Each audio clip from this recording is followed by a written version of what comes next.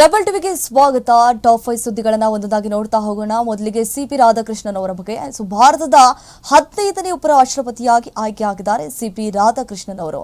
452 ಮತಗಳನ್ನ ಪಡೆದಿದ್ರೆ ಎದುರಾಳಿ ನಿವೃತ್ತ ನ್ಯಾಯಮೂರ್ತಿ ಬಿ ಸುದರ್ಶನ್ ರೆಡ್ಡಿ ಅವರು ಈಗಾಗಲೇ ಅವರು ಕೂಡ ಹಿನ್ನಡೆಯಾಗಿದ್ದಾರೆ. 300 ಮತಗಳನ್ನು ಪಡೆದು ಪರಾಭವಗೊಂಡಿದ್ದಾರೆ. ನೂತನ ಉಪರಾಷ್ಟ್ರಪತಿಯಾದಂತಹ ರಾಧಾಕೃಷ್ಣನ್ ಅವರಿಗೆ ಪ್ರಧಾನಿ ಮೋದಿ ಸೇರಿದಂತೆ ಎನ್ಡಿಎ ಒಕ್ಕೂಟದ ನಾಯಕರು ಅಭಿನಂದನೆ ಸಲ್ಲಿಸಿದ್ದಾರೆ.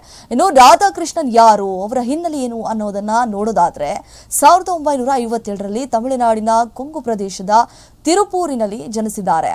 ಸಿಪಿ ರಾಧಾಕೃಷ್ಣನ್ ಚಂದ್ರಾಪುರಂ ಪೊನ್ನಸ್ವಾಮಿ ಹಾಗೆ ರಾಧಾಕೃಷ್ಣನ್ ಕಳೆದ ವರ್ಷ ಜುಲೈನಿಂದ ಮಹಾರಾಷ್ಟ್ರದ ರಾಜ್ಯಪಾಲರಾಗಿ ಸೇವೆಯನ್ನ ಸಲ್ಲಿಸುತ್ತಿದ್ದಾರೆ. 68 ವರ್ಷ ವಯಸ್ಸಿನ ಅವರು ಹಿಂದೆ ಫೆಬ್ರವರಿ 2023ರಿಂದ ಜುಲೈ 2024ರವರೆಗೆ ಜಾರ್ಖಂಡ್ ರಾಜ್ಯಪಾಲರಾಗಿ ಸೇವೆಯನ್ನ ಸಲ್ಲಿಸಿದ್ರು. ಹಾಗೆ ಮಾರ್ಚ್ ಮತ್ತು ಜುಲೈ 2024ರ ನಡುವೆ ಅವರು ತೆಲಂಗಾಣ ರಾಜ್ಯಪಾಲರಾಗಿ ಮತ್ತು ಪುದುಚೇರಿಯ ಲೆಫ್ಟಿನೆಂಟ್ ಗವರ್ನರ್ ಆಗಿ ಹೆಚ್ಚುವರಿ ಜವಾಬ್ದಾರಿಯನ್ನು ಕೂಡ ಹೊಂದಿದ್ರು. ಹಾಗೆ 2023ರಲ್ಲಿ ಜಾರ್ಖಂಡ್ ರಾಜ್ಯಪಾಲರಾಗಿ ನೇಮಕಗೊಂಡ ಮೊದಲು 4 ತಿಂಗಳೊಳಗೆ ರಾಧಾಕೃಷ್ಣನ್ ಅವರು ರಾಜ್ಯದ ಎಲ್ಲಾ 24 ಜಿಲ್ಲೆಗಳಿಗೆ ಪ್ರಯಾಣ ಮಾಡುತ್ತಾರೆ. ನಾಗರಿಕರು ಮತ್ತು ಜಿಲ್ಲಾ ಅಧಿಕಾರಿಗಳೊಟ್ಟಿಗೆ ಸಭೆ ಕೂಡ ನಡೆಸಿದ್ರು. 17ನೇ ವಯಸ್ಸಿನಲ್ಲೇ ರಾಷ್ಟ್ರೀಯ ಸ್ವಯಂ ಸೇವಕ ಸಂಘ RSS ಸೇರಿದ ಇವರು ಭಾರತೀಯ ಜನ ಸಂಘದೊಂದಿಗೂ ಕೂಡ ತಮ್ಮ ರಾಜಕೀಯ ಪ್ರಯಾಣವನ್ನು ಕೂಡ ಪ್ರಾರಂಭ ಮಾಡುತ್ತಾರೆ.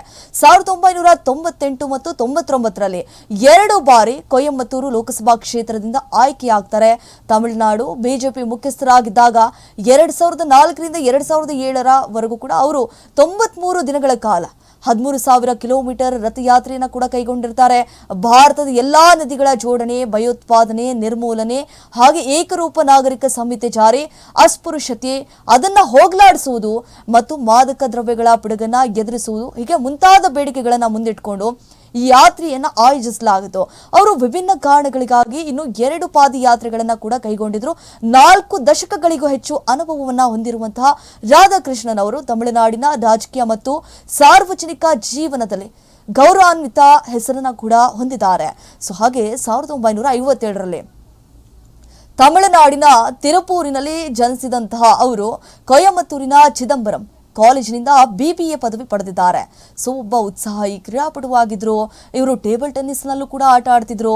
ಕಾಲೇಜ್ ಚಾಂಪಿಯನ್ ಆಗಿದ್ರು. ಅಷ್ಟೇ ಅಲ್ಲದೆ ಓಟದ ಸ್ಪರ್ಧೆಯಲ್ಲಿ ಪಾಲ್ಗೊಳ್ತಾ ಇದ್ರು. ಸಂಸದ ಅವರು ಜವಳಿ ಸ್ಥಾಯಿ ಸಮಿತಿಯ ಅಧ್ಯಕ್ಷತೆಯನ್ನು ಕೂಡ ವಹಿಸಿದ್ರು ಮತ್ತು ಹಣಕಾಸು ಮತ್ತು ಸಾರ್ವಜನಿಕ ಉದ್ಯಮಗಳಿಗೆ ಸಂಬಂಧಪಟ್ಟಂತೆ ಹಲವಾರು ಸಮಿತಿಗಳಿಗೆ ಕೊಡುಗೆಯನ್ನ ಕೊಟ್ಟಿದ್ದಾರೆ. ಹಾಗೆ ವಿಶ್ವಸಂಸ್ಥೆಯ ಸಾಮಾನ್ಯ ಸಭೆಯ 2004ರಲ್ಲಿ ಸಂಸದೀಯ ನಿಯೋಗದ ಭಾಗವಾಗಿದ್ರು ಮತ್ತು ತೈವಾನ್ಗೆ ತೆರಳಿದಂತಹ ಮೊದಲ ಭಾರತೀಯ ನಿಯೋಗದ ಭಾಗವಾಗಿದ್ರು. ಯಾರು? ರಾಧಾಕೃಷ್ಣನ್ ಅವರು. ರಾಧಾಕೃಷ್ಣನ್ ಸಾರ್ವಜನಿಕ ಆಡಳಿತದಲ್ಲೂ ಕೂಡ ತಮ್ಮದೇ ಆದಂತಹ ಛಾಪನ ಮೂಡಿಸಿದ್ದಾರೆ. ತೆಂಗಿನ ನಾರು ಮಂಡಳಿಯ ಅಧ್ಯಕ್ಷರಾಗಿದ್ದಾಗ 2016-2020ವರೆಗೂ ಆ ಬೋರ್ಡ್ ದಾಖಲೆಯ 2,532 ಕೋಟಿ ರೂಪಾಯಿ ಮೌಲ್ಯದ ವಸ್ತುಗಳನ್ನ ರಫ್ತು ಮಾಡಿತ್ತು. ಕೇರಳದ ಬಿಜೆಪಿಯ ಅಖಿಲ ಭಾರತ ಉಸ್ತುವಾರಿಯಾಗಿ 2020-22ರಿಂದ ಕೆಲಸ ಮಾಡಿದ್ದಾರೆ. ರಾಜಕೀಯ ಮತ್ತು ಆಡಳಿತದಲ್ಲಿ 4 ದಶಕಗಳಿಗೂ ಹೆಚ್ಚು ಅನುಭವವನ್ನ ಸಿಪಿ ರಾಧಾಕೃಷ್ಣನ್ ಅವರು ಹೊಂದಿದ್ದಾರೆ. ಅವರನ್ನ ತಮಿಳುನಾಡಿನ ರಾಜಕೀಯ ಮತ್ತು ಬಿಜೆಪಿಯ ಸಂಘಟನೆಯ ಅನುಭವಿ ನಾಯಕರಾಗಿ ಅಂತ ಹೇಳಿ ಈಗಾಗಲೇ ಗುರುತಿಸಲಾಗಿದೆ. ಮೋದಿಯಿಂದ ಮೊದಲ ಮತ ಉಪರಾಷ್ಟ್ರಪತಿ ಆಯ್ಕೆಗೆ 10 ಗಂಟೆ ಸುಮಾರಿಗೆ ಸಂಜೆ 5 ಗಂಟೆವರೆಗೂ ಕೂಡ ಮತದಾನ ಪ್ರಕ್ರಿಯೆ ನಡೆದಿತ್ತು. ಪ್ರಧಾನಿ ನರೇಂದ್ರ ಮೋದಿ ಅವರು ಮತ ಚಲಾಯಿಸಿದ್ರು. ಬಳಿಕ ರಾಹುಲ್ ಗಾಂಧಿ ಅವರು ಹಾಗೆ ಸೋನಿಯಾ ಗಾಂಧಿ, ಮಲ್ಲಿಕಾರ್ಜುನ ಖರ್ಗೆ, ಅಮಿತ್ ಶಾ ಸೇರಿದಂತೆ ಲೋಕಸಭೆ ಹಾಗೂ ರಾಜ್ಯಸಭೆ ಸದಸ್ಯರು ತಮ್ಮ ಹಕ್ಕನ್ನ ಕೂಡ ಚಲಾಯಿಸಿದ್ದಾರೆ. ಸಂಸತ್ತಿನಲ್ಲಿ ಲೋಕಸಭೆ ಮತ್ತು ರಾಜ್ಯಸಭೆ ಸೇರಿದಂತೆ ಒಟ್ಟು 788 ಸಂಸದರಿದ್ದಾರೆ. ಪ್ರಸ್ತುತ 2 ಸದನಗಳಲ್ಲಿ 7 ಸ್ಥಾನಗಳು ಖಾಲಿ ಇರುವಂತಹ ಕಾರಣ ಒಟ್ಟು 781 ಸಂಸದರು ಮತ್ತು ಚಲಾಯಿಸಬೇಕಾಗಿತ್ತು ಮತವನ್ನ. ಆದ್ರೆ ಇದರಲ್ಲಿ BRSನ 4, BJDಯ 7, ಅಕಾಲಿ ದಳದ 3 ಮತ್ತು 1 ಸ್ವತಂತ್ರ ಸಂಸದರು ಮತದಾನದಿಂದ ದೂರ ಉಳಿದಿದ್ರು. ಹೀಗಾಗಿ ಒಟ್ಟು 767 ಸಂಸದರು ತಮ್ಮ ಮತದಾನದ ಹಕ್ಕನ್ನ ಚಲಾಯಿಸಿದ್ದಾರೆ. ಇದರಲ್ಲಿ 15 ಮತಗಳನ್ನ ಅಮಾನ್ಯ ಅಂತ ಹೇಳಿ ಘೋಷಿಸಲಾಗಿದೆ. 752 ಮತಗಳನ್ನ ಮಾತ್ರವೇ ಮಾನ್ಯ ಮಾಡಿ ಅಂತ ಹೇಳಿ ಮತ ಎಣಿಕೆ ಪರಿಗಣಿಸಲಾಯಿತು. 25 ಸಂಸದರಿಂದ ಅಡ್ಡ ಮತದಾನ ಹಾಗೆ 17ನೇ ಉಪರಾಷ್ಟ್ರಪತಿ ಹುದ್ದೆಯಲ್ಲಿ ಗೆಲುವನ್ನು ಸಾಧಿಸಿದ್ದಾರೆ ಸಿಪಿ ರಾಧಾಕೃಷ್ಣನ್ ಅವರು. ಒಟ್ಟು 452 ಮೊದಲ ಪ್ರಾಶಸ್ತ್ಯದ ಮತಗಳನ್ನ ಪಡೆದು ಗೆಲುವನ್ನು ಸಾಧಿಸಿದರೆ 300 ಮತಗಳನ್ನ ಪಡೆದಿರುವಂತಹ ಸುದರ್ಶನ್ ರೆಡ್ಡಿ ಪರಭಾರಗೊಂಡಿದ್ದಾರೆ. ಸೊ ಎನ್ಡಿಎ ಅಭ್ಯರ್ಥಿಗಳ ಸ್ವಂತ ಸಂಸದರನ್ನ ಹೊರತುಪಡಿಸಿ ಇನ್ನು 14 ಸಂಸದರು ಅಡ್ಡ ಮತದಾನ ನಡೆಸಿದ್ದಾರೆ. ಅಲ್ಲದೆ ಎನ್ಡಿಎ ಬಲಕ್ಕಿಂತ 25 ಮತಗಳು ಹೆಚ್ಚಾಗಿ ರಾಧಾಕೃಷ್ಣನ್ ಅವರಿಗೆ ಬಂದಿರುವಂಥದ್ದು. ಹಾಗೆ ನೋಡಿ, ಉಪರಾಷ್ಟ್ರಪತಿ ಚುನಾವಣೆ ಎನ್ಡಿಎ ಅಭ್ಯರ್ಥಿ ಈಗಾಗಲೇ ಭಾರಿ ಜಯಬೇರಿಯನ್ನ ಸಾಧಿಸಿರುವಂಥದ್ದು. ಹಾಗೆ ಮತ್ತೊಂದು ಸ್ಟೋರಿಯನ್ನು ನೋಡ್ತಾ ಹೋಗೋದಾದ್ರೆ, ದುಬೈನಲ್ಲಿ ನಡೆದಂತಹ ಈ ಸೈಮಾ ಪ್ರಶಸ್ತಿ ಪ್ರದಾನ ಕಾರ್ಯಕ್ರಮ ಏನು ಅದ್ದೂರಿಯಾಗಿ ನಡೆದಿತ್ತು. ಆ ಸಂದರ್ಭದಲ್ಲಿ ನಟ ದುನಿಯಾ ವಿಜಯ್ ಕೂಡ ಭಾಗವಹಿಸಿದ್ರು. ಆ ಒಂದು ಕಾರ್ಯಕ್ರಮದಲ್ಲಿ ಅಸಮಾಧಾನ ಕೂಡ ವ್ಯಕ್ತಪಡಿಸಿದ್ದಾರೆ. ಗರಂ ಆಗಿದ್ರು.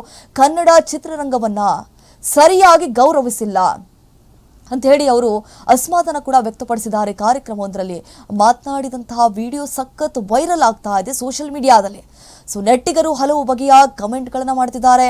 ಈಗ ಸೈಮಾ ಸಂಸ್ಥಾಪಕ ವಿಷ್ಣುವರ್ಧನ್ ಇಂದೋರಿ ಅವರು ಈ ಬಗ್ಗೆ ಪ್ರತಿಕ್ರಿಯೆಯನ್ನ ನೀಡಿದ್ದಾರೆ. ಅಂದ್ರೆ ಸೈಮಾದಲ್ಲಿ ಮೊದಲಿನಿಂದಲೂ ಕೂಡ ಕನ್ನಡ ಚಿತ್ರರಂಗವನ್ನ ಯಾವ ರೀತಿ ನಡೆಸಿಕೊಳ್ಳಲಾಗಿದೆ ಅನ್ನೋದ್ರ ಬಗ್ಗೆ ಅವರು ಸ್ಪಷ್ಟನೆ ಕೊಟ್ಟಿದ್ದಾರೆ.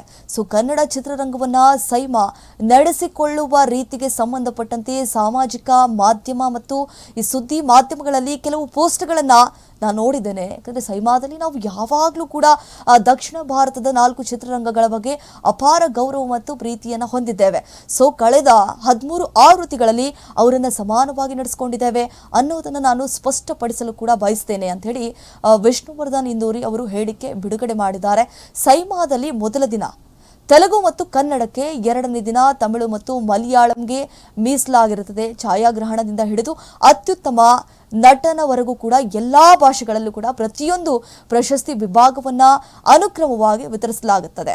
ಸೊ ಅಪಾರ ಸವಾಲುಗಳ ಹೊರತಾಗಿಯೂ ವರ್ಷದಿಂದ ವರ್ಷಕ್ಕೆ 4 ದಕ್ಷಿಣ ಭಾರತದ ಭಾಷೆಗಳನ್ನ ನಿರಂತರವಾಗಿ ಗೌರವಿಸಲಾಗುತ್ತೆ. ಏಕೈಕ ಪ್ರಶಸ್ತಿ ವೇದಿಕೆ ಸೈಮಾ ಆಗಿರುವಂಥದ್ದು ಅಂತ ಹೇಳಿ ಈಗಾಗಲೇ ವಿಷ್ಣುವರ್ಧನ್ ಇಂದೋರಿ ಅವರು ಹೇಳಿದ್ದಾರೆ. ಸೊ ಅನೇಕ ವರ್ಷಗಳಿಂದ ಕನ್ನಡ ಚಿತ್ರರಂಗವನ್ನ ಸೈಮಾ ಹಲವು ವಿಧಗಳಲ್ಲಿ ಬೆಂಬಲಿಸಿದೆ, ಹಾಗೆ ಅವಮಾನ ಕೂಡ ಮಾಡಲಾಗಿದೆ ಅಂತ ಹೇಳಿ ಈಗಾಗಲೇ ಕಾರ್ಯಕ್ರಮವೊಂದರಲ್ಲಿ ದುನಿಯಾ ವಿಜಯ್ ಅಸಮಾಧಾನ ವ್ಯಕ್ತಪಡಿಸಿದ್ದಾರೆ. ಸೈಮಾದಲ್ಲಿ ಮೊಟ್ಟ ಮೊದಲ ಜೀವಮಾನ ಸಾಧನೆ ಪ್ರಶಸ್ತಿಯನ್ನ ನಮ್ಮ ಪ್ರೀತಿಯ ಅಂಬರೀಷ್ ಅವರಿಗೆ ಕೊಡಲಾಗಿದೆ. ನಮ್ಮ ಆರಂಭಿಕ ದಿನಗಳಲ್ಲಿ ಅವರ ಆಶೀರ್ವಾದ ಮತ್ತು ಬೆಂಬಲವನ್ನ ಪಡೆಯುವಂತಹ ಅದೃಷ್ಟ ನಮ್ಮದಾಗಿತ್ತು. ಹಾಗೆ ಪುನೀತ್ ರಾಜ್ಕುಮಾರ್ ಯಾವಾಗಲೂ ಆಧಾರ ಸ್ತಂಭವಾಗಿದ್ರು. ಅವರಿಗೆ ಗೌರವ ಸೂಚಿಸಲು ಅವರ ನಿಧನದ ನಂತರ ನಾವು ಬೆಂಗಳೂರಿನಲ್ಲಿ ಸೈಮಾವನ್ನ ಆಯೋಜಿಸಿದ್ವು ಅಂತ ಹೇಳಿದ್ದಾರೆ. ಸೊ ವಿಷ್ಣುವರ್ಧನ್ ಇಂದೂರಿ ಯಶ್ ಆರಂಭದ ದಿನಗಳಿಂದಲೂ ಕೂಡ ಸೈಮಾದ ಭಾಗವಾಗಿದ್ದಾರೆ. ನಾವು ಸೈಮಾದಲ್ಲಿ ಕೆಜಿಎಫ್ ಸಿನಿಮಾ ಹೆಮ್ಮೆಯಿಂದ ಪ್ರಚಾರ ಮಾಡಿದ್ದೇವೆ. ಬಿಡುಗಡೆಗೂ ಮುಂಚೆಯೇ ಅದನ್ನ ಜಗತ್ತಿಗೆ ಪ್ರದರ್ಶಿಸಲು ಒಂದು ವೇದಿಕೆಯನ್ನ ಸೃಷ್ಟಿ ಮಾಡಿದ್ವಿ. ಬೇರೆ ಯಾವುದೇ ಪ್ರಶಸ್ತಿ ಪ್ರದಾನ ಸಮಾರಂಭದಲ್ಲಿ ಭಾಗವಹಿಸದ ದರ್ಶನ್ ಅವರು ಸೈಮಾಗೆ ಮಾತ್ರ ಹಾಜರಾಗಿದ್ರು ಅಂತ ಹೇಳಿ ವಿಷ್ಣುವರ್ಧನ್ ಇಂದೂರಿ ಕೂಡ ತಿಳಿಸಿದ್ದಾರೆ. ಶಿವಣ್ಣನ ಬಗ್ಗೆ ನಮಗೆ ಅಪಾರವಾದಂತಹ ಪ್ರೀತಿ ಗೌರವ ಇದೆ. ಎಲ್ಲರಿಗಿಂತ ಮೊದಲೇ ಶಿವಣ್ಣ ಅವರ 50 ವರ್ಷಗಳ ಸಂಭ್ರಮವನ್ನ ಆಚರಿಸಿದಂತಹ ಕಾರ್ಯಕ್ರಮ ನಮ್ದಾಗಿತ್ತು. ಸುದೀಪ್ ಅವರಿಗೆ ಸೈಮಾದಲ್ಲಿ ಅನೇಕ ಬಾರಿ ಅತ್ಯುತ್ತಮ ನಟ ಪ್ರಶಸ್ತಿಯನ್ನ ಕೊಡಲಾಗಿದೆ. ಇತ್ತೀಚೆಗಷ್ಟೇ ಉಪೇಂದ್ರ ಅವರು ಕಾರ್ಯಕ್ರಮದ ನಂತರ ವೈಯಕ್ತಿಕವಾಗಿ ನನ್ನೊಂದಿಗೆ ಮಾತನಾಡಿದ್ರು ಮತ್ತು ಕನ್ನಡ ಉದ್ಯಮದ ಪರವಾಗಿ ತಮ್ಮ ಸಂಪೂರ್ಣ ಬೆಂಬಲವನ್ನ ನೀಡಿದ್ರು ಅಂತ ಹೇಳಿದ್ದಾರೆ. ಸೊ ದುನಿಯಾ ವಿಜಯ್ ಅವರಿಗೆ ಗೌರವ ಸಲ್ಲಿಸುತ್ತಾ ನಾನು ಈಗಾಗಲೇ ಪ್ರಸಾರ ವಾಹಿನಿಯಲ್ಲಿ ಅವರ ಭಾಷಣ ಮತ್ತು ನಿರೂಪಕರ ಸಂಭಾಷಣೆಯನ್ನ ಯಾವುದೇ ಕಡಿತಗಳಿಲ್ಲದೆ ಸಂಪೂರ್ಣವಾಗಿ ಪ್ರಸಾರ ಮಾಡುವಂತೆ ವಿನಂತಿ ಮಾಡಿದ್ದೇನೆ. ಇದರಿಂದ ಅವರ ಅಭಿಪ್ರಾಯ ಪೂರ್ಣವಾಗಿ ಕೇಳಿಸುತ್ತದೆ. ಸೈಮಾ ಕೇವಲ ಪ್ರಶಸ್ತಿ ಪ್ರದಾನ ಸಮಾರಂಭವಲ್ಲ, ಇದು ದಕ್ಷಿಣ ಭಾರತದ 4 ಉದ್ಯಮಗಳನ್ನ ಒಟ್ಟಿಗೆ ಬೆಳೆಸುವಂತಹ ಒಂದು ಕುಟುಂಬ. ಪ್ರತಿ ವರ್ಷ ಇಂತಹ ಪ್ರದರ್ಶನವನ್ನ ಆಯೋಜಿಸುವುದು ಒತ್ತಡದ ಮತ್ತು ಸವಾಲಿನ ಸಂಗತಿಯಾಗಿದೆ. ಆದರೆ ನಾವು ಅದನ್ನ ಸಿನಿಮಾದ ಮೇಲಿನ ಪ್ರೀತಿ ಮತ್ತು ಹೆಮ್ಮೆಯಿಂದ ಮಾಡ್ತೇವೆ ಅಂತ ಹೇಳಿ ವಿಷ್ಣುವರ್ಧನ್ ಇಂದೋರಿ ಅವರು ತಿಳಿಸಿದ್ದಾರೆ.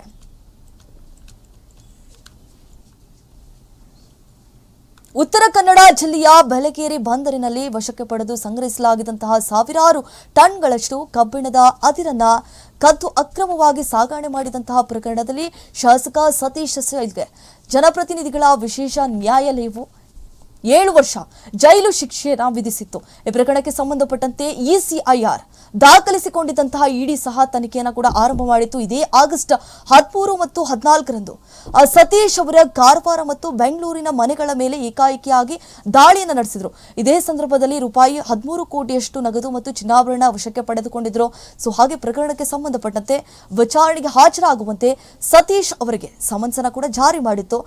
ಮಂಗಳವಾರ ಸೈಲ್ ಅವರು ಇಡಿಯ ಶಾಂತಿನಗರ ಕಚೇರಿಯಲ್ಲಿ ವಿಚಾರಣೆಗೂ ಕೂಡ ಹಾಜರಾಗಿದ್ದು, ಅದ್ಯಾಗೂ ಅವರು ತನಿಖೆಗೆ ಸಹಕರಿಸಿದ ಕಾರಣ ವಶಕ್ಕೆ ಪಡೆಯಲಾಗಿದೆ. ಸೊ ವಿಚಾರಣೆಗೂ ಕೂಡ ಒಳಪಡಿಸಲಾಗಿದೆ. ಸೊ ಆ ಬಳಿಕ ಬೌರಿಂಗ್ ಮತ್ತು ಲೇಡಿ ಕರ್ಜನ್ ಆಸ್ಪತ್ರೆಗೆ ವೈದ್ಯಕೀಯ ಪರೀಕ್ಷೆಗಾಗಿ ಅಂತ ಹೇಳಿ ಅವ್ರನ್ನ ಕರೆದುಕೊಂಡು ಹೋಗಲಾಗಿದೆ ಮತ್ತು ನಂತರ ತಡರಾತ್ರಿ ವಿಶೇಷ ನ್ಯಾಯಾಲಯದ ಮುಂದೆ ಅವರನ್ನ ಹೋಗಿ ಪ್ರೊಡ್ಯೂಸ್ ಮಾಡಲಾಗಿತ್ತು ಅಂತ ಹೇಳಿ ಈಗಾಗಲೇ ಮೂಲಗಳ ಪ್ರಕಾರ ಮಾಹಿತಿಗಳು ಕೂಡ ಸಿಕ್ಕಿರುವಂಥದ್ದು. ಸೊ ಈಗಾಗಲೇ ಇಡಿ ಅಧಿಕಾರಿಗಳು ನಿರಂತರವಾಗಿ ಅವ್ರ ಮನೆಯಲ್ಲಿ ದಾಳಿ ಮಾಡಿದ್ರು. ಅದಕ್ಕೆ ಸಂಬಂಧಪಟ್ಟಂತೆ ಯಾವ ರೀತಿ ದಾಳಿ ಆಯಿತು ಅನ್ನೋದನ್ನ ನೋಡ್ತಾ ಹೋಗೋದಾದ್ರೆ ಇಡಿ ಅಧಿಕಾರಿಗಳು ಆಗಸ್ಟ್ 13 ಮತ್ತು 14ರಂದು ಶಾಸಕ ಸತೀಶ್ ಸೈಲ್ ಅವರಿಗೆ ಸಂಬಂಧಪಟ್ಟಂತೆ ವಿವಿಧ ಸ್ಥಳಗಳಲ್ಲಿ ಶೋಧ ಕಾರ್ಯ ನಡೆಸಿದ್ದಾರೆ. ಈ ದಾಳಿಯಲ್ಲಿ ಕೋಟಿಗಟ್ಟಲೆ ಹಣ, ಕೆಜಿಗಟ್ಟಲೆ ಚಿನ್ನ ವಶಪಡಿಸಿಕೊಂಡಿದ್ದಾರೆ. 1.68 ಕೋಟಿ ರೂಪಾಯಿ ನಗದು, 6.75 ಕೆಜಿ ಚಿನ್ನ, ಆಭರಣ ಮತ್ತು ಚಿನ್ನದ ಬಿಸ್ಕೆಟ್ಗಳು ಸೇರಿದಂತೆ ಹಾಗೆ 14.13 ಕೋಟಿ ರೂಪಾಯಿ ಮೌಲ್ಯದ ಬ್ಯಾಂಕ್ ಖಾತೆಗಳನ್ನು ಫ್ರೀಸ್ ಮಾಡಲಾಗಿದೆ. ಜೊತೆಗೆ ಹಣಕಾಸು ದಾಖಲೆಗಳು ಹಾಗೆ ಇಮೇಲ್ಗಳು, ಆಸ್ತಿ ಸ್ಥಿರಾಸ್ತಿ ದಾಖಲೆಗಳು ಸೇರಿದಂತೆ ಹಲವು ಮಹತ್ವದ ದಾಖಲೆಗಳನ್ನು ಕೂಡ ಈಗಾಗಲೇ ವಶಪಡಿಸಿಕೊಂಡಿದ್ದಾರೆ. ಸೊ ಇಡಿ ಬೆಂಗಳೂರು ಘಟಕದ ಅಧಿಕಾರಿಗಳು ಕಾರವಾರ, ಗೋವಾ, ಮುಂಬೈ ಮತ್ತು ದೆಹಲಿಯ ಸ್ಥಳಗಳಲ್ಲಿ ಏಕಕಾಲಕ್ಕೆ ದಾಳಿ ನಡೆಸಿದ್ದಾರೆ.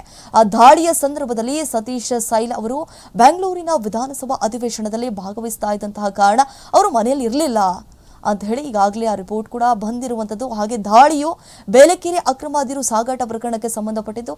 ಈ ಪ್ರಕರಣದಲ್ಲಿ ಸತೀಶ್ ಸೈಲ್ ಈಗಾಗಲೇ ಆರೋಪಿಯಾಗಿದ್ದಾರೆ. 2009ರಿಂದ 10ರಲ್ಲಿ ಆ ಸಮಯದಲ್ಲಿ ಬೇಲೆಕೆರೆ ಬಂದರಿನಿಂದ ಕಬ್ಬಿಣದ ಅದಿರನ್ನು ಅಕ್ರಮವಾಗಿ ವಿದೇಶಕ್ಕೆ ಸಾಗಾಟ ಮಾಡಿದಂಥ ಆರೋಪದ ಮೇಲೆ 2010ರಲ್ಲಿ ಆ ಅಂಕೋಲಾ ಪೊಲೀಸ್ ಠಾಣೆಯಲ್ಲಿ ಕೂಡ ದೂರು ದಾಖಲಾಗಿತ್ತು. ಈ ಪ್ರಕರಣದ ತನಿಖೆಯನ್ನ ನಂತರ ಸಿಬಿಐಗೆ ವರ್ಗಾಯಿಸಲಾಗಿತ್ತು. ಸೊ ಹಾಗೆ 2024ರ ಅಕ್ಟೋಬರ್ನಲ್ಲಿ ಬೆಂಗಳೂರಿನ ಜನಪ್ರತಿನಿಧಿಗಳ ಸ್ಪೆಷಲ್ ಕೋರ್ಟ್ ಏನಿದೆ, ಸತೀಶ್ ಸೈಲ್ ಸೇರಿದಂತೆ ಆರೋಪಿಗಳಿಗೆ 7 ವರ್ಷಗಳ ಕಾಲ ಜೈಲು ಶಿಕ್ಷೆ ಮತ್ತು 9.6 ಕೋಟಿ ರೂಪಾಯಿ ದಂಡವನ್ನು ವಿಧಿಸಿತ್ತು.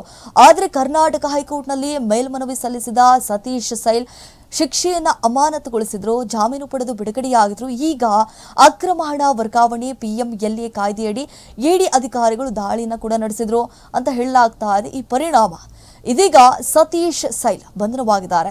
ಸೊ ಸತೀಶ್ ಸೈಲ್ ಅವರು ಮಲ್ಲಿಕಾರ್ಜುನ ಶಿಪ್ಪಿಂಗ್ ಪ್ರೈವೇಟ್ ಲಿಮಿಟೆಡ್ನ ವ್ಯವಸ್ಥಾಪಕ ನಿರ್ದೇಶಕರಾಗಿದ್ದಾರೆ. ಈ ಕಂಪನಿಯ ಮೂಲಕ ಬೇಲೆಕೆರೆ ಬಂದರಿನಿಂದ ಕಬ್ಬಿಣದ ಅದಿರನ್ನ ಅಕ್ರಮವಾಗಿ ಸಾಗಾಟ ಮಾಡಿದಂತ ಆರೋಪ ಇದೆ. ಸೊ ಈ ಪ್ರಕರಣವನ್ನ ಮೊದಲಿಗೆ ರಾಜ್ಯ ಲೋಕಾಯುಕ್ತದ ನಿವೃತ್ತ ನ್ಯಾಯಮೂರ್ತಿ ಸಂತೋಷ್ ಹೆಗಡೆ ಅವರ ತಂಡ ತನಿಖೆ ನಡೆಸಿತ್ತು. 2014ರಲ್ಲಿ ಸಿಬಿಐ ಆರೋಪ ಪಟ್ಟಿ ಸಲ್ಲಿಸಿತು. 2024ರಲ್ಲಿ ಜನಪ್ರತಿನಿಧಿಗಳು ಈಗ ಕೋರ್ಟ್ ಅನ್ನ ಕೂಡ ಕೊಟ್ಟಿದ್ದಾರೆ. ಇದಕ್ಕೆ ಸಂಬಂಧಪಟ್ಟಂತೆ ಇವತ್ತು ವಾದ ಪ್ರತಿವಾದವಾಗಿದೆ. ಏನಾಗುತ್ತೆ ಒಂದು ಪ್ರಕರಣ ಕಾದು ನೋಡಬೇಕಾಗಿದೆ. ಹಾಗೆ ಈ ಭಾರತದ ಮೇಲೆ ಸುಂಕ ಸಮರ ಸಾರಿದಂತಹ ಅಮೆರಿಕ ಅಧ್ಯಕ್ಷ ಡೊನಾಲ್ಡ್ ಟ್ರಂಪ್ ಇದ್ರ ಬಗ್ಗೆ ಮಾತನಾಡೋದಾದ್ರೆ, ಸೊ ಪ್ರಧಾನಿ ನರೇಂದ್ರ ಮೋದಿಗೆ ಮಣದಿದ್ದಾರೆ. ಭಾರತದ ಮೇಲೆ ಅಬ್ಬರಿಸಿ ಬೊಬ್ಬರಿತಾ ಇದ್ದಂತಹ ಟ್ರಂಪ್ ಈಗ ಸಂಪೂರ್ಣವಾಗಿ ಮೆತ್ತಗಾಗಿ ಹೋಗ್ಬಿಟ್ಟಿದ್ದಾರೆ. ಸೊ ಮತ್ತೆ ಭಾರತದೊಂದಿಗೆ ವ್ಯಾಪಾರ ಒಪ್ಪಂದ ಮಾತುಕತೆ ಮತ್ತೆ ಆರಂಭ ಮಾಡಬೇಕು ಅಂತ ಹೇಳಿ ತುದಿಗಾಲಿನಲ್ಲಿ ವೇಟ್ ಮಾಡ್ತಿದ್ದಾರೆ Donald Trump. So Donald Trump ಹಠಮಾರಿ ಧೋರಣೆಯಿಂದ ಅಮೆರಿಕಕ್ಕೆ ಆಗಿರುವಂತಹ ವಾಣಿಜ್ಯ, ರಾಜತಾಂತ್ರಿಕ ಮತ್ತು ನಷ್ಟವನ್ನ ಕೊನೆಗೂ ಕೂಡ ಮನಗಂಡಿದ್ದಾರೆ. ಸೊ ಇದೇ ಕಾರಣಕ್ಕೆ ಭಾರತದೊಂದಿಗೆ ಹದಗೆಟ್ಟಿರುವಂತಹ ಸಂಬಂಧವನ್ನ ಪುನಃ ಅದನ್ನು ಸ್ಥಾಪಿಸಬೇಕು ಅಂತ ಹೇಳಿ ಇನ್ನೆಲ್ಲದಂತೆ ಹರಸಾಹಸವನ್ನ ಕೂಡ ಪಡ್ತಿದ್ದಾರೆ. ಸೊ ಭಾರತ ಅಮೆರಿಕ ವ್ಯಾಪಾರ ಒಪ್ಪಂದ ಮಾತುಕತೆ ಮತ್ತೆ ಆರಂಭ ಮಾಡಬೇಕು ಅಂತ ಹೇಳಿ ಟ್ರಂಪ್ ಅವರು ಸಿದ್ಧರಾಗಿದ್ದಾರೆ. ಅದನ್ನು ಕೂಡ ಘೋಷಿಸಿದ್ದಾರೆ.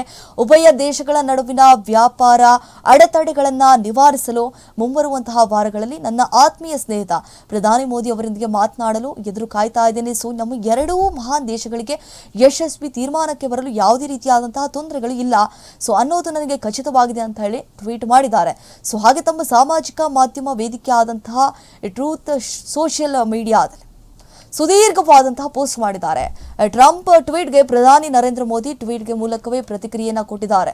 ಭಾರತ ಮತ್ತು ಅಮೆರಿಕ ನಿಕಟ ಸ್ನೇಹಿತರು ಮತ್ತು ನೈಸರ್ಗಿಕ ಪಾಲುದಾರರು. ನಮ್ಮ ವ್ಯಾಪಾರ ಮಾತುಕತೆಗಳು ಈಗಾಗಲೇ ಭಾರತ ಅಮೆರಿಕ ಈ ಪಾಲುದಾರಿಕತೆಯ ಅಪರಿಮಿತ ಸಾಮರ್ಥ್ಯವನ್ನ ಅನ್ಲಾಕ್ ಮಾಡಲು ದಾರಿ ಮಾಡಿಕೊಡ್ತವೆ.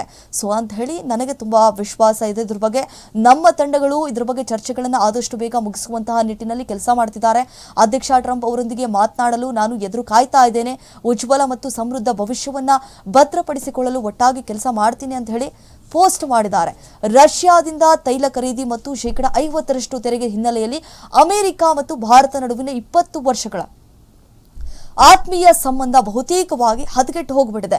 ಆ ಬಳಿಕ ಭಾರತವು ಚೀನಾ ಜೊತೆಗಿನ ವಿವಾದ ಪರಿಹಾರಕ್ಕಾಗಿ ಅಂತ ಹೇಳಿ ಹೆಚ್ಚಿನ ಮಹತ್ವ ಕೊಟ್ಟಿದೆ. ಅಲ್ಲದೆ ಅಮೆರಿಕ ಬೆದರಿಕೆ ಹೊರತಾಗಿಯೂ ರಷ್ಯಾ ಜೊತೆಗಿನ ಸಂಬಂಧ ಕಡಿದುಕೊಳ್ಳದೆ ಇರಲು ನಿರ್ಧರಿಸಿದೆ. ಇದರ ಬೆನ್ನಲ್ಲೇ ಎಸ್ಒ ಶೃಂಗದಲ್ಲಿ ಪುಟಿನ್ ಕಿಮ್ ಮತ್ತು ಮೋದಿ ಒಂದೇ ವೇದಿಕೆಯಲ್ಲಿ ಕಾಣಿಸಿಕೊಂಡು ಶಕ್ತಿ ಪ್ರದರ್ಶನ ಮಾಡಿದ್ರು, ಹಿಂದೆ ಗೊತ್ತಿರುವಂತಹ ವಿಷಯ.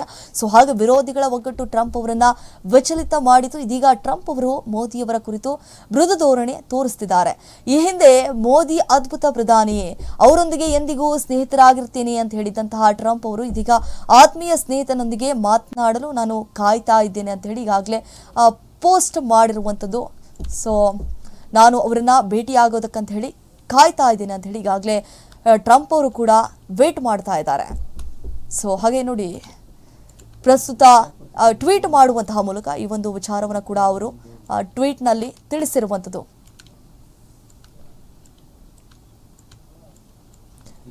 ಹಾಗೆ ನೋಡಿ, ಒಂದು ಕಡೆ